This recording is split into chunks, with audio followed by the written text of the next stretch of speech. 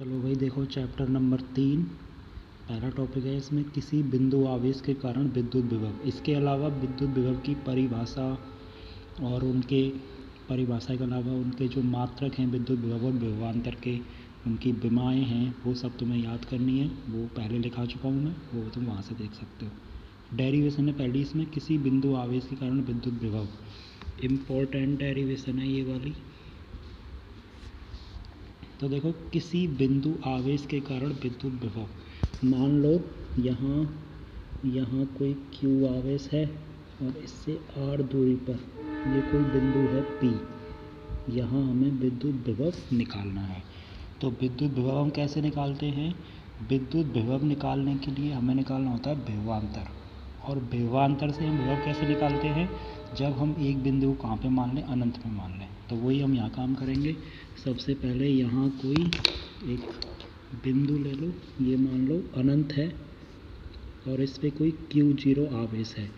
इस आवेश को इस अनंत से और कहाँ तक लाएंगे हम? इस बिंदु तक लाएंगे। तो इस बिंदु तक लाने में जो कार्य होगा कौन सा कार्य होगा? W एक्सटर्नल होगा। तो इस कार्य को करने में, मतलब इस कार्य को करने में या इस आवेश को यहाँ तक लाने में जो कार्य करना पड़ेगा वो उसे हम क्या बोलेंगे? विद्युत विभव। तो हम एक आवेश को अनंत से कहाँ तक ला रहे हैं? P तक ला रहे हैं। तो कितना कार्य करना पड़ रहा है? W external. यदि इस W एक्सटर्नल में भाग दे दें किसका? इस Q0 का, जो भी आवेश है उसका, तो वो बन जाएगा उन दोनों के बीच का विभवांतर। तो अनंत से P का विभवांतर, ये तुम्हें याद होना चाहिए। अंतिम हमारे अनंत से P, तो अंतिम होगा P माइनस प्रारंभिक, B at P minus B at अनंत बराबर W एक्सटर्नल कहाँ से कहाँ तक? अनंत से P तक, और बटे में आवेश कितना है? Q0।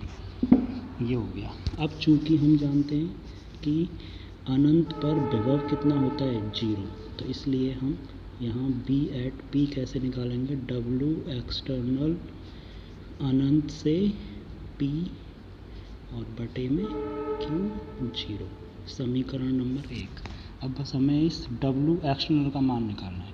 अब ये है किया गया कार्य, तो कार्य बराबर क्या होता है? बल इनटू में विस्थापन।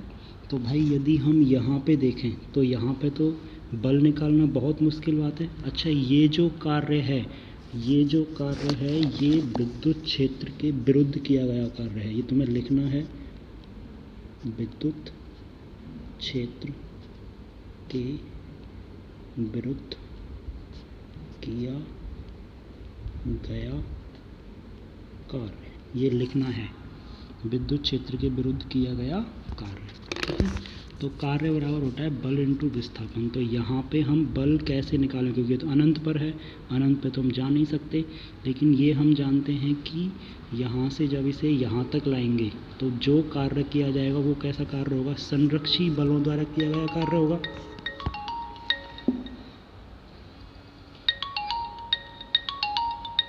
ये जो कार्य कैसा होगा? ये